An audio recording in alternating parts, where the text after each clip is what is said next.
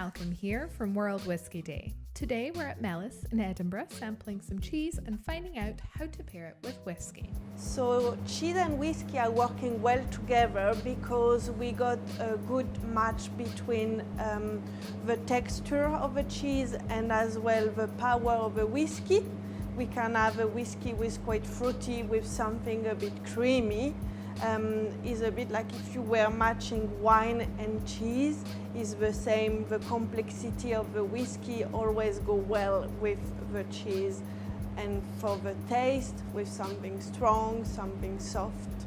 So the first pairing is Loch Arthur with Glenfarclas 105. The Loch Arthur is a Scottish cheddar with quite crumbly, creamy at the same time, and got a bit of strongness at the end.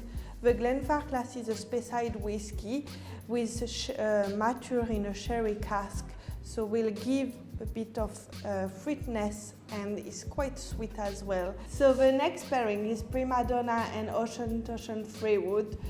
The Prima Donna got an Italian name, but is a cheese made in Holland, with sweet with some salty crystal on it. For me, remind me a bit the fudge we can find here in Scotland.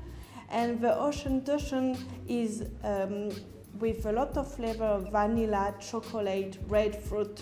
So it gives a very nice taste to the Prima Donna. It's almost like a dessert cheese. The next one is the Eve and the Macallan double cask. The Eve is a goat cheese washed with cider and wrapped with leaves of wine. Is creamy, strong and very goaty, so it was quite difficult to find a whiskey with pairing because you need something with at the same time dry with some flavor of lemon, and so give a bit of freshness to the cream of the cheese. So I will suggest to always start to taste the whiskey first, so you can taste the whiskey, realize which flavor they got, because the whiskey is going to be totally different once you taste with the cheese. So always taste with whiskey